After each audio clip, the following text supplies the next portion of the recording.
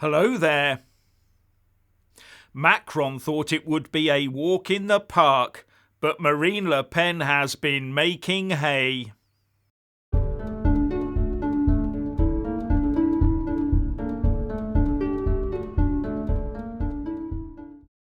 The French go to the polls this Sunday in the first of potentially 2 votes to decide who their president will be going forward.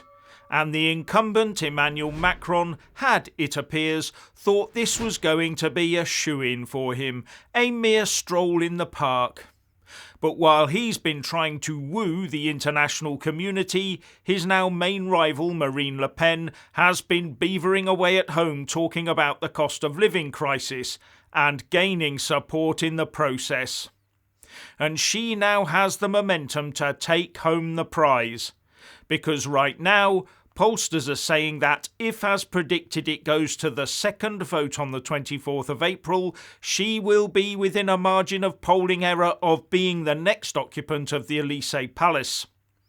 And the whole French and EU establishment are bricking it and starting to feel the icy fingers of a Macron loss down their backs. This was not meant to happen. And John Litchfield put that sentiment in The Guardian.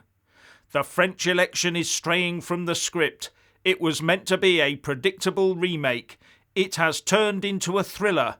It could end up as a horror story. Well, a horror story for some, maybe. And Tom Rees in The Telegraph said that traders are panicking over the rising chances of Le Pen pulling off a shock upset. And as a result, he says, the gap between German and French bond yields, a measure which is regarded by investors as a key measure of political risk in Paris, has widened substantially in the past week. Yes, investors are dumping French government debt. Simply put, the professional gamblers are telling us which way they think this is going.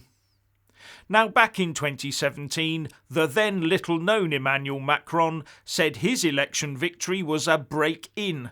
But this one could be his break-out, with Marine Le Pen breaking that glass ceiling to become France's first female president.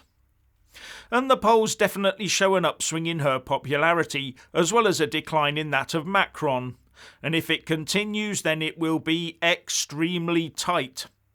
With the French, European and even UK press doing all they can to derail her campaign, the term bias on steroids leaps to mind. And if she should win, the shock to the people who think of themselves as the grown-ups will be palpable. Can't wait.